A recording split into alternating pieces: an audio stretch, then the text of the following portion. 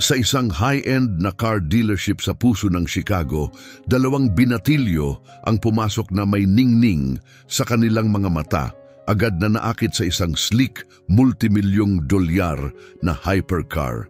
Ngunit ang kanilang kasiyahan ay hindi sinalubong ng kabaitan. Sa halip, ito'y nagdulot ng mga mapanuyang ngiti, paghusga ng mga tingin at pagwawalang bahala mula sa mga staff na agad nang nagpasya na hindi sila bagay doon. Ngunit kinabukasan sa parehong showroom, isang nakakagulat na pangyayari ang naganap. Dalawang napakabihirang supercar ang dumating at ang parehong dalawang lalaki ang bumaba, ngayon ay kasama ang kanilang ama. Kalma at tiwala, ang kanyang pagdating ay tahimik na nagbago ng buong atmosfera ng silid. Walang sino mang nagtatrabaho doon ang makakalimot sa kung ano ang susunod na mangyayari. Bago tayo sumisid ng mas malalim sa kwentong ito, sabihin mo sa amin kung saan ka nanonood. Gusto naming marinig ang iyong mga saloobin. Ang dealership mismo ay kumikislap na parang isang hiyas sa ilalim ng tumataas na araw. Mga pader na salamin at makintab na marmol na sahig ang bumubuo ng isang eksena ng karangyaan na para lamang sa mga ultra-rich. Sa loob ng Arlington Prestige Motors, hangin ay may halong amoy ng leather seats, metalikong polish at sariwang espresso. Lahat ay maingat na dinisenyo para magbigay ng tahimik na sopistikasyon. Ang mga tao ay nag-uusap ng mahina, ang tanging ibang tunog ay ang malamyos na pag-echo ng mga designer shoes na tumatapik sa sahig. Isang fashionabling mag-asawa ang nagtingin sa pinakabagong Aurelius Venom GT, isang mabagsik jet black na hypercar na may nakatagong presyo. Ikinokta $6 milyon. Walang pumansin sa dalawang binatilyo nang dumating sila. Tahimik silang dumating sakay ng mga bisikleta na gamit na ang klase ng bisikleta na napakaraming beses nang nakasama sa mga tag-init na sakay. Ang bahagyang tunog ng kanilang mga gulong ay halos hindi narinig habang huminto sila.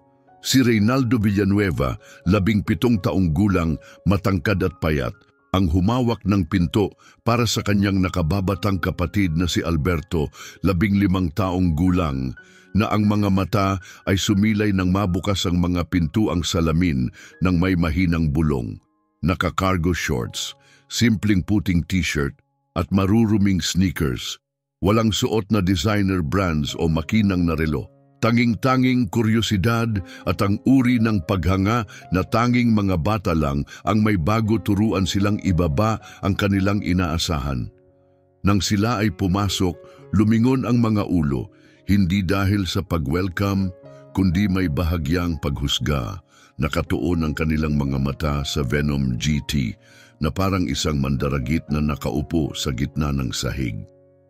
"Iyan ang ipinakita ko sa iyo," mahina ang sabi ni Reynaldo, puno ng paghanga. Tumango si Alberto, malapad ang mga mata.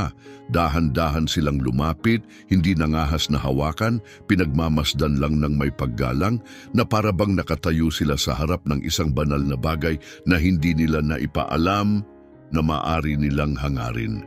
Tapos dumating ang boses, matalim, malamig, may halong paghamak. "May maitutulong ba ako?"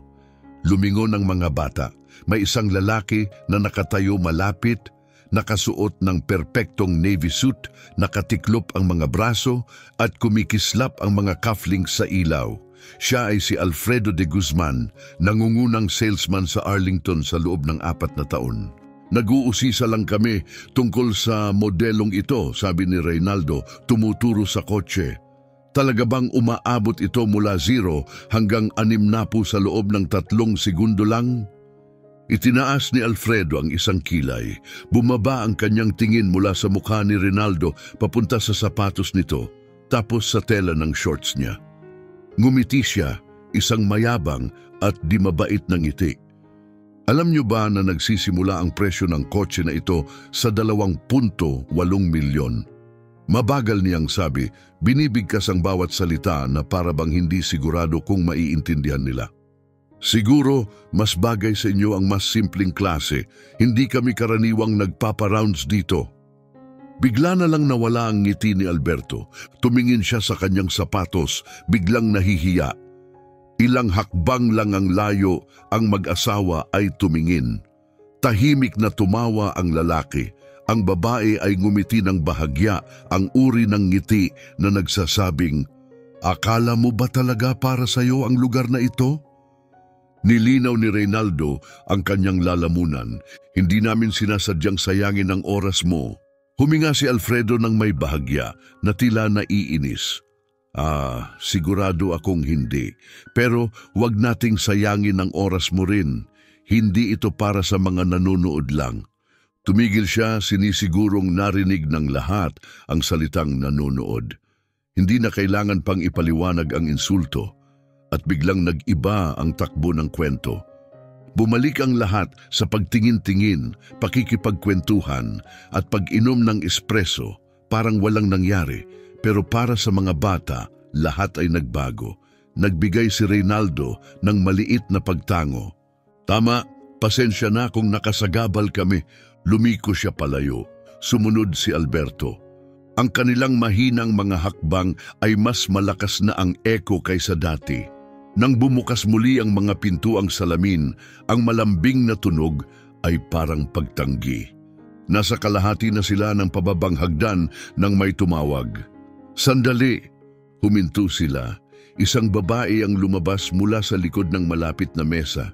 Nakasuot siya ng maayos na itim na pantalon at cream-colored na blusa. Ang kulot niyang buhok ay maayos na nakatali. Ang tag sa kanyang dibdib ay may nakasulat, Lorna Aquino. Ang kanyang mukha ay walang paghusga, tanging katahimikan lang. "May oras ba kayo?" tanong niya. Nagkatinginan ng mga bata. Nag-atubili si Reynaldo, pagkatapos ay tumango. Binalik nila ang kanilang mga bisikleta at pumasok muli sa showroom. "Narinig ko kayong nagtatanong tungkol sa Venom GT, mabait na sabi ni Lorna. "Isang kamanghamanghang makina ito. Hayaan niyong ipakita ko sa inyo ang ilang bagay." Ang tono niya ay matatag at magalang, ngunit sa ilalim nito ay may kakaibang kabaitan, tunay na kabaitan na bihira sa lugar na iyon. Bahagyang yumuko siya para makausap sila, ipinaliwanag ng malinaw ang mga specs at binuksan pa ang pinto ng kotse para sa kanila. "Gusto niyo bang umupo sa loob?" tanong niya. Lumawak ang mga mata ni Alberto. "Totoo ba?" Ngumiti siya. "Totoo." Nagpalitan ang mga bata ng pagkakataon.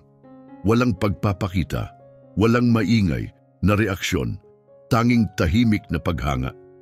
Hindi sila kumuha ng litrato o nagudyok ng atensyon. Pinagmasdan lang nila ito na parang isang bagay na mahal nila, ngunit wala pa at naniniwala pa rin sa kailaliman ng puso na balang araw ay kaya nilang makamtan. Habang lumalabas ang mga bata, iniabot ni Lorna kay Reynaldo ang kanyang business card. "Kung gusto mong malaman pa," sabi niya ng mainit, "maaari mo akong tawagan ng direkta at para malaman mo, palagi kang welcome dito." Tinanggap ni Reynaldo ang card na parang ito ay isang mahalagang bagay na may bigat na higit pa sa karaniwang contact information. Bahagyang nakataas ang kanilang mga ulo nang sila'y umalis. Sa loob, nagtawanan si Alfredo sa isang katrabaho, sayang lang ang oras niya. Narinig ni Lorna iyon, hindi siya nagsalita, hindi niya kailangang magsalita dahil may isang bagay tungkol sa mga batang iyon na nanatili sa kanyang isipan. Ito ang paraan ng kanilang pagtatanong na hindi inaatasan ng karamihan sa mga matatanda. Ang paraan ng kanilang hindi pagsuko kahit na pinagsawalang bahala sila. Ang paraan na pinaalala nila sa kanya kung sino siya noon, bago sabihin sa kanya ng mundo kung saan siya nababagay at hindi nababagay. Sa isang lugar sa makintab at elite na showroom, sa ilalim ng amoy ng leather, kape at ego, may isang mahalagang nangyari. Hindi pa ito napapansin ng iba, pero mahalaga ito. Tahimik ang biyahe pa uwi. Magkatabi nagpedal si Reynaldo at Alberto, hinihiwa ng kanilang mga bisikleta ang banayad na simoy ng hapon. Ang mga gulong nila ay bumubulong sa malinis na kalsada ng Lake Forest, isang lugar kung saan ang mga bahay ay hindi lang basta itinayo. Ang mga ito ay dinisenyo ng maayos. Mga kalye na puno ng matatayog na oak at mga tahimik na electric car. Mga damuhan na tinipigan ng maayos na parang ginamit ang laser. Pero hindi ito napansin ng mga bata ngayon. Ang kanilang mga balikat ay may bit-bit na mas mabigat kaysa sa kanilang mga backpack. Narating nila ang isang mahabang driveway na may gate at bumagal hanggang huminto. Inabot ni Reynaldo ang kanyang key fob at ang gate ay bumukas ng tahimik. Kilala sila nito. Ang estate na nasa likod ay hindi mukhang pag-aari ng isang taong kailangang patunayan ng sarili. Mukhang pag-aari ito ng isang taong nalampasan na ang lahat ng hadlang. Dahan-dahan silang dumaan sa paikot-ikot na daang graba. Ang mga gulong ay marahang kumakaluskos sa ilalim ng mga gulong. Tahimik ang bahay, madilim. Malamang nasa study siya, bulong ni Catherine. Tumango si Alberto.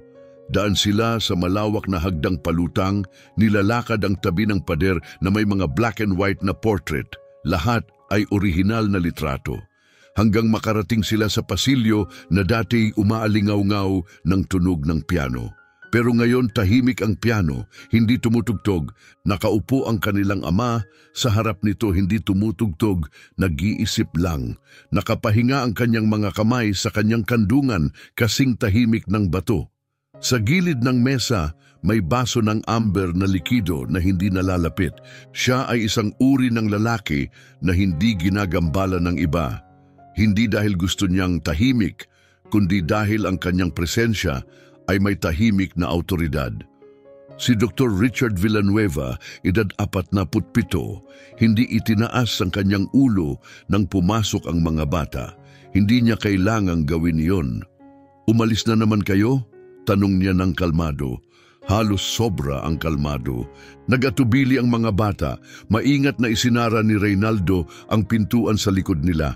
Ang mahinang click ay tunog na mas malakas kaysa dapat. "Oo," mahinang sagot ni Alberto. "Hindi kami nagtagal." Bahagyang lumiko si Richard sa kanyang upuan, tuluyang tumingin sa kanilang mga mata. Pinagmasdan niya sila, hindi may pagdududa, hindi rin may pagkadismaya, kundi ng buong pansin. "Okay lang ba lahat?" Bumukas si Reynaldo ng bibig, tumigil pagkatapos ay isinara ulit. Ang kanyang likas na tugon ay sabihing oo, magpanggap na walang nangyari. Pero ang kalmado at matatag na titig ng kanyang ama ay naglabas ng isang tapat na sagot mula sa kanya. "Hindi," mahinang sagot niya. "Hindi talaga." Itinuro ni Richard ang dalawang leather na upuan malapit sa fireplace. "Umupo kayo." Ibinaba nila ang kanilang mga backpack sa sahig at umupo sa mga upuan. Tahimik ang silid. Ang tanging tunog ay ang tiktak ng isang lumang wall clock at ang mahina na ritmo ng jazz na maririnig mula sa itaas. Hindi agad nagsalita si Richard. Iniikot niya ang inumin sa kanyang baso. Pagkatapos ay inilagay ito sa mesa, hindi ininom. Bahagyang lumiko siya, ngayon ay nakaharap na ng direkta sa kanila. "Sabihin ninyo sa akin ang nangyari." Dahan-dahan dumating ang mga salita. Nagsimula si Reynaldo. Sa umpisa, ang kanyang boses ay matigas, parang mabibiyak ang kwento kung hindi siya mag-iingat.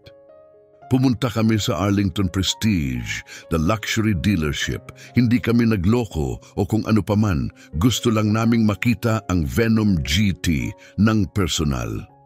Naging magalang kami. Hindi namin hinawakan ng kahit ano. Gusto lang naming tingnan." Tahimik na tumango si Richard at pagkatapos, lumiko si Alberto ng bahagya, nakasandal sa mga tuhod, pinagdikit ang mga daliri. Tiningnan kami ng isa sa mga lalaki na para bang hindi kami bagay. Parang marumi kami. Tinutukso kami niya. Sinabi niyang halos 3 milyon ang presyo ng kotse. Sinabi na mali kami ng lugar. Tawa rin ng ibang tao. Hindi ko napansin hanggang nagsimulang silang ngumiti. Parang kami ang biro. Huminto siya, kinumpas ang panga. Nakakahiya. Naging mabigat ang silid. Hindi dahil sa galit. Dahil sa isang mas malalim, mas matandang bagay. Tumingin si Reynaldo sa kanyang mga kamay. Pero pagkatapos ay lumapit sa amin ang isang babae, si Lorna. Pagkatapos kaming tanggihan, kinausap niya kami. Ipinaliwanag ang mga specs, pinaupo kami sa loob ng kotse at binigyan niya ako ng kanyang card. Lumiko si Richard pabalik. Ang leather ay umingay ng bahagya sa ilalim niya. Hindi nagbago ang kanyang ekspresyon, hindi eksakto. Pero ang paraan ng kanyang pagkatigil ay nagpakita na na-absorb niya ang bawat salita. Alam ba niya kung sino kayo? Tanong niya, mahina ang boses. Umiiling si Reynaldo. Hindi namin binanggit ang aming apelyido. Tahimik na tumango si Richard halos para sa sarili, kaya hindi nila alam. Sumunod ang isang tanong na hindi inaasahan ng mga bata, mahina pero malinaw. Bakit sa tingin ninyo ginanito kayo nila? Sagot ni Alberto agad, dahil sa kung paano kami nakasuot. Dugtong ni Reynaldo ng mahina, dahil sa aming kulay ng balat. Hindi tumango ang kanilang ama, hindi rin siya sumalungat. Dahan-dahan siyang lumakad, papunta sa matataas na bintana, ang mga kamay ay nakalagay sa likod. Nakatingin siya palabas ng estate. Madalas nagkakamali ang mga tao sa itsura bilang sukatan ng halaga, sabi niya sa wakas. Pero palaging nagsasabi iyon ng higit pa tungkol sa kanila kaysa tungkol sa iyo. Tahimik na umupo ang mga bata. Pagkatapos ay lumingon siya pabalik sa kanila. Wala kayong nagawang mali. Nang lumabas ang mga bata, iniabot ni Lorna kay Reynaldo ang kanyang business card. Kung gusto mong matuto pa, sabi niya ng mainit, maaari mo akong tawagan ng direkta. At para malaman mo, palagi kang welcome dito. Tinanggap ni Reynaldo ang card na para bang isang mahalagang bagay na mas malalim pa sa karaniwang contact information. Medyo taas ang kanilang mga ulo nang sila'y umalis. Sa loob, tinawanan ni Alfredo ang isang katrabaho. Sayang lang ang oras niya. Narinig iyon ni Lorna, hindi siya nagsalita. Hindi na niya kailangang magsalita kasi may isang bagay tungkol sa mga batang iyon na nanatili sa kanya.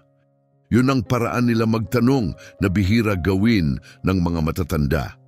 Ang hindi pagsuko kahit na pinagsawalang bahala sila at ang pagpapaalala sa kanya kung sino siya noon bago sabihin sa kanya ng mundo kung saan siya nababagay at hindi. Sa isang bahagi ng makintab at elite na showroom, sa ilalim ng amoy ng leather, kape at ego, may nangyaring mahalaga. Hindi pa napapansin ng iba, pero mahalaga. Tahimik ang biyahe pauwi. Magkatabi nagpedal si Reynaldo at Alberto, hinihiwa ng kanilang mga bisikleta ang banayad na simoy ng hapon.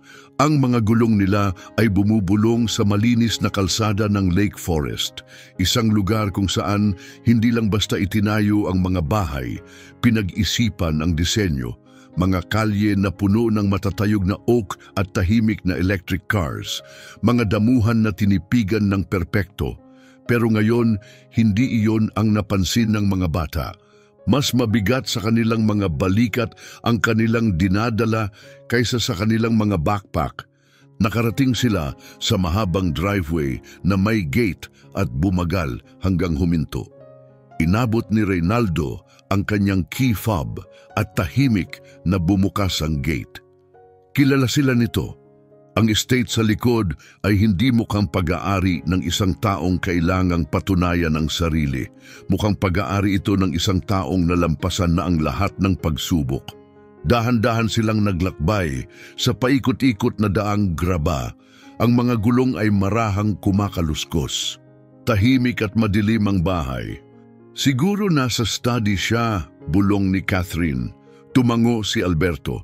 Dumaan sila sa malawak na hagdang palutang sa tabi ng pader na may mga black and white portraits. Lahat ay orihinal na litrato hanggang makarating sa pasilyo na dati puno ng tunog ng piano. Pero ngayon, tahimik ang piano. Nakaupo ang kanilang ama sa harap nito, hindi tumutugtog, nag-iisip lang. Nakapahinga ang mga kamay niya sa kandungan, kasing tahimik ng bato. Sa gilid, may baso ng amber na likido na hindi hinawakan. Siya ang uri ng lalaki na hindi ginagambala ng iba, hindi dahil gusto niyang tahimik, kundi dahil may tahimik siyang autoridad. Si Dr. Richard Villanueva, 47 taong gulang, hindi tiningnan ng mga bata nang pumasok sila. "Umalis na naman kayo?" tanong niya ng kalmado. Halos sobra ang kalmado. Nag-atubili ang mga bata. Maingat na isinara ni Reynaldo ang pinto. Ang click ay tunog na mas malakas kaysa dapat. "Oo," mahina ang sagot ni Alberto. "Hindi kami nagtagal." Lumiko si Richard sa upuan, tumingin sa kanilang mga mata. Pinagmasdan niya sila, hindi may pagdududa, hindi pagkadismaya, kundi buong pansin. "Okay ba lahat?" Bumukas si Reynaldo ng bibig, tumigil, isinara. Gusto niyang sabihin na oo, magpanggap na walang nangyari. Pero ang kalmado at matatag na titig ng ama ang nagpatapat sa kanya. "Hindi," mahinang sabi, "hindi talaga." Itinuro ni Richard ang dalawang leather na upuan malapit sa fireplace. "Umupo kayo." Ibinaba nila ang backpack at umupo. Tahimik ang silid. Tanging tunog ay ang tiktak ng lumang orasan at mahinang jazz mula sa taas. Hindi agad nagsalita si Richard. Iniikot niya ang inumin sa baso. Pagkatapos ay inilagay uli sa mesa. Hindi ininom. Lumiko siya at nakaharap sa kanila. "Sabihin ninyo ang nangyari."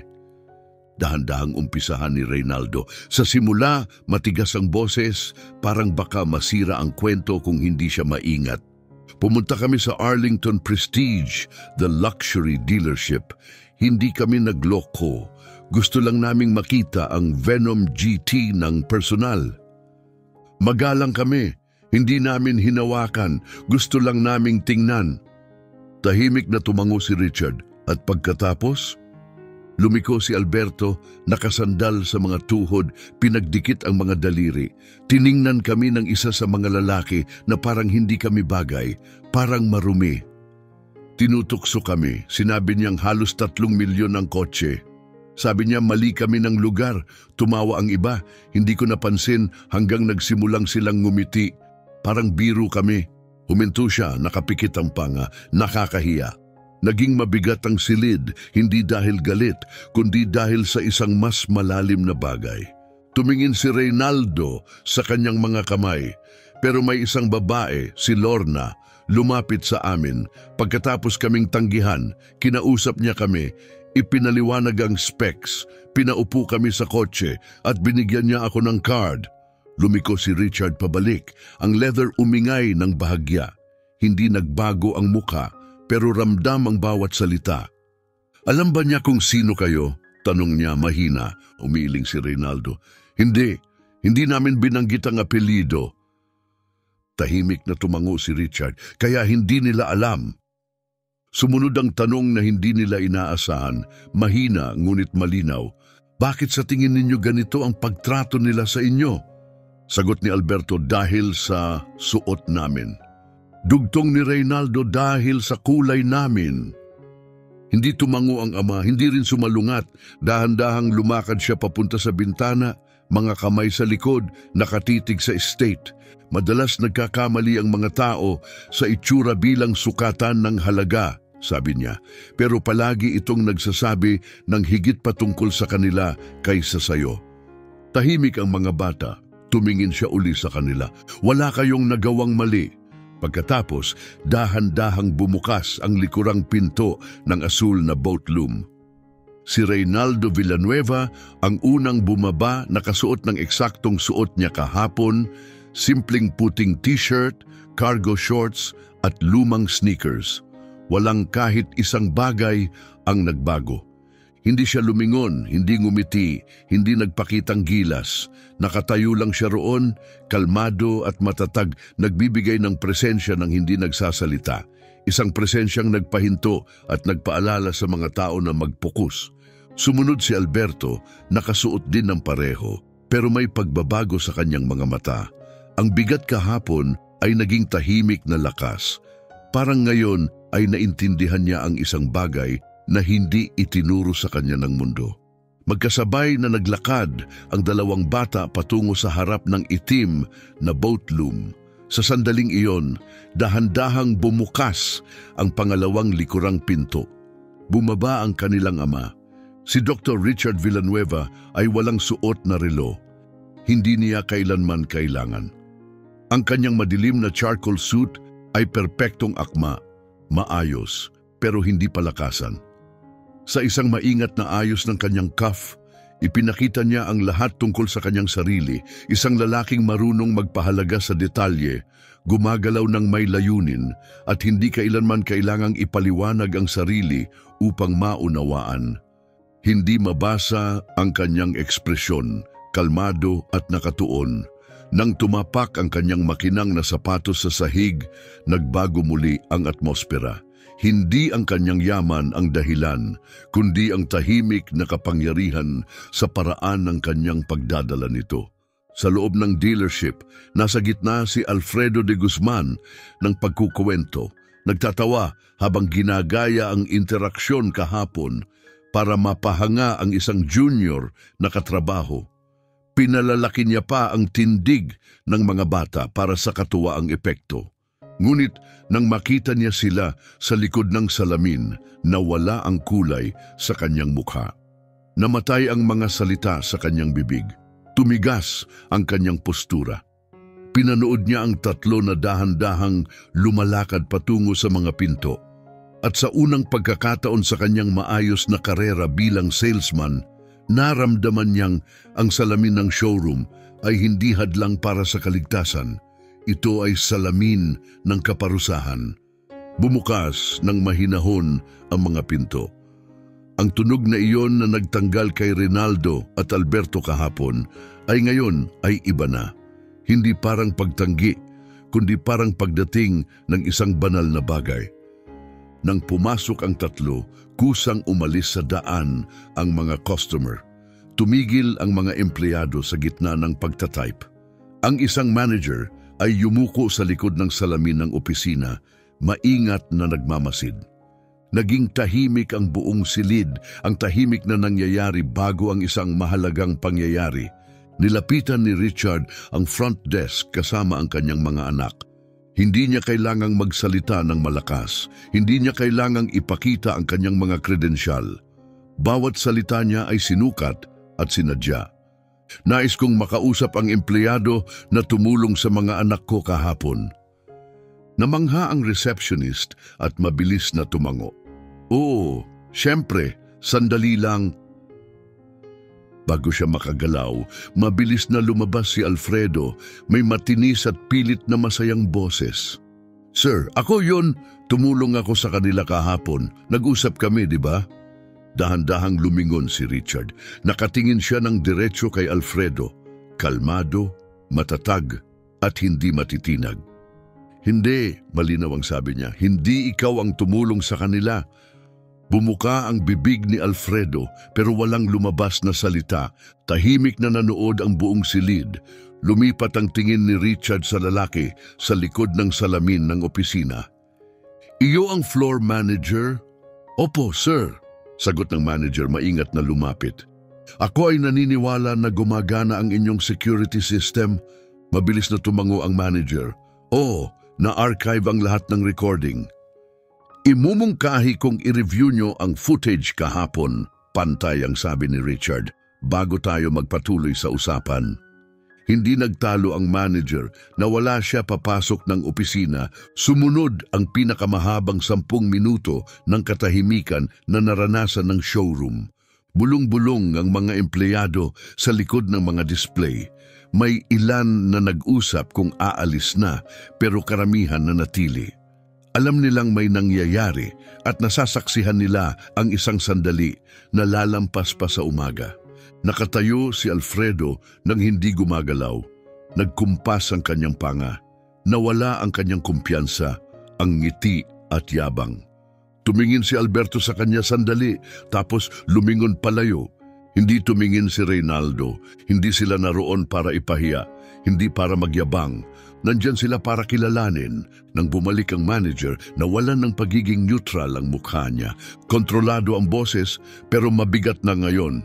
Narinig namin ang security footage. Ang empleyado na tumulong sa inyong mga anak ay si Miss Lorna Aquino. Tumango si Richard ng isang beses. At ang lalaking ito? Tanong niya, itinuturo si Alfredo. Hindi man lang binanggit ang pangalan. Nilingon ng malalim ang manager. Hindi niya ipinakita ang tamang pag-uugali. Ang kanyang kilos ay hindi profesional at may diskriminasyon. Lumiko si Richard sa mga anak. Hindi sila nagsalita. Hindi na nila kailangang magsalita.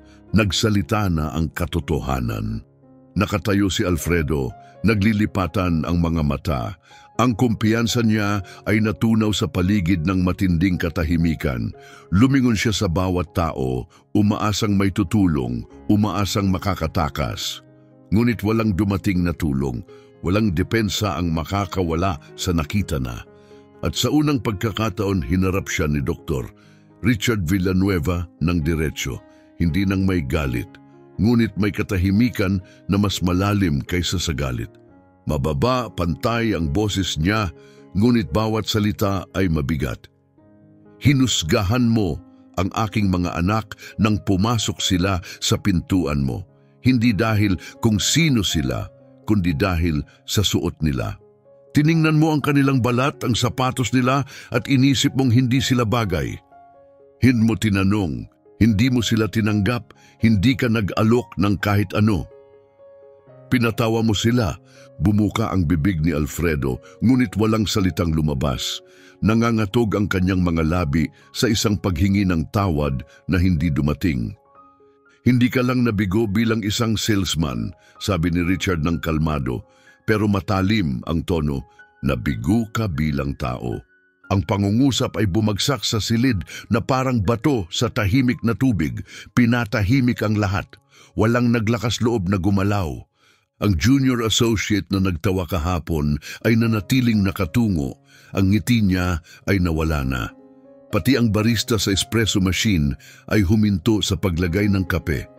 Pagkatapos nilinaw ng floor manager ang kanyang lalamunan at lumapit, may hawak na clipboard. Tense ang boses niya, maikli ang pagsasalita. Epektibo agad, sabi niya, si Alfredo de Guzman ay tinanggal sa kanyang posisyon sa Arlington Prestige Motors. Ang security ang mag-i-escort sa kanya palabas. Nabali ang tensyon sa silid sa ilang nagulat na hininga. Pero hindi tumutol si Alfredo. Hindi niya sinubukang ipaliwanag o makipagtalo. Ibaba niya ang ulo, huminga ng malalim at lumiko papunta sa labasan. Tahimik ang kanyang paglalakad, pero mas mabigat ito kaysa sa anumang sinabi niya. Nang madaanan niya sina Reynaldo at Alberto, hindi niya matanaw ang mga mata, hindi niya ginusto. Ang parehong mga batang kanyang tinukso kahapon ay nakatayo ng matangkad, hindi nagbago ang suot, pero nagbago ang presensya. Hindi nila kailangang patunayan ng kahit ano. Hindi nila kailangan.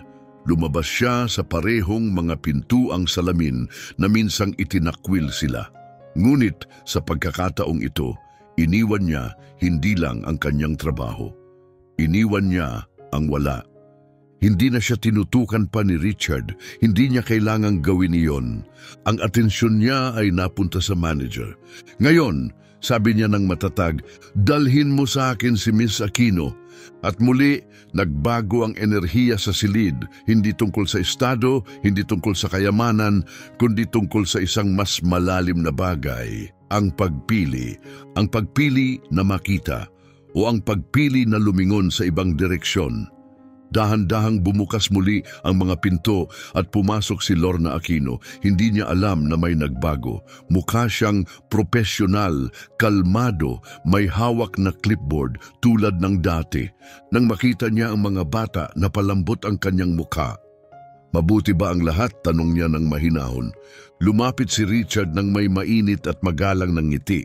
Hindi lang mabuti, sabi niya, pinakita mo ang kabaitan sa aking mga anak noong hindi ginawa ng iba. Nakinig ka, nakita mo sila at mahalaga iyon. Nagulat si Lorna. Sila ay magalang, marespeto, hindi ito naging problema. Tumango si Richard pagkatapos ay tumingin sa Venom GT. Nagustuhan nila yon, sabi niya. Lahat ng pinunto nila, siguraduhing kasama yon. Nag-atubili si Lorna kumurap. Sir, ang modelong iyon ay higit sa 3 milyon. Gawin mo na lang 3.1, payak na sabi ni Richard. Inilahad ang isang makintab na silver pen mula sa kanyang bulsa. At siguraduhing buong komisyon ay mapunta sa iyo. Pinirmahan niya ang dokumento sa parehong counter kung saan na-dismiss ang kanyang mga anak kahapon. Sa pagkakataong ito, hindi lang ito transaksyon. Ito ay sandali na nag-iwan ng marka sa lahat ng naroroon. Nakatayo ang mga tauhan na tahimik, may 3 na tumingin pababa. Ang iba ay hindi mapatitig sa nangyayari. Nang makumpleto ang huling pirma, inilagay ni Richard ang mga susi sa mga kamay ng kanyang mga anak. Maligayang maagang kaarawan, sabi niya. Walang palakpakan, walang palabas. 2 bata na tumanggap ng pagkilala na matagal na nilang karapat-dapat. Tinanggap nila ang mga susi ng tahimik, hindi dahil sa saya, kundi dahil sa malalim na pag-unawa. Lumakad sila palabas sa parehong mga pintuan na kanilang pinasukan, sa parehong puting mga shirt, parehong shorts, parehong sapatos, pero nagbago ang lahat. Walang nagtawanan ngayon. Ngayong pagkakataon pinanood sila ng tahimik. Ngayong pagkakataon nakita sila. Muling tumingin si Richard kay Lorna. Ipagpatuloy mo ang ginawa mo, sabi niya. Ang kabaitan ay hindi kailanman napapansin, hindi habang buhay. Tumango siya mahinahon at matatag ang boses. Salamat. Sa labas, dumulas ang Venom GT sa umagang trapiko. Ang makina ay mahinahon, tumpak at kontrolado. Sa loob, nanatiling tahimik ang dealership. Ang aral ay nanatili na parang anino sa marmol na sahig at mga salamin. Ilang oras ang lumipas, isang mahinahong tunog ang narinig mula sa opisina ng manager. Bumalik si Lorna sa kanyang mesa at natagpuan ang isang selyadong sobre.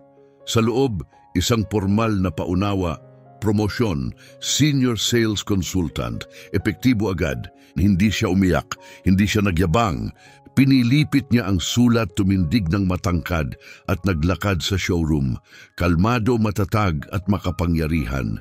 Dahil ang tunay na respeto ay hindi sumisigaw, ito ay naglalakad. At ang kabaitan, hindi ito naluluma. Kung ang kwento na ito ay nakaantig sa iyo, tulungan mo kaming magbahagi pa ng mga makapangyarihang sandali. I-like, mag-subscribe at pindutin ang notification bell para hindi mo makaligtaan ang mga aral sa empatya, dignidad at tahimik na lakas.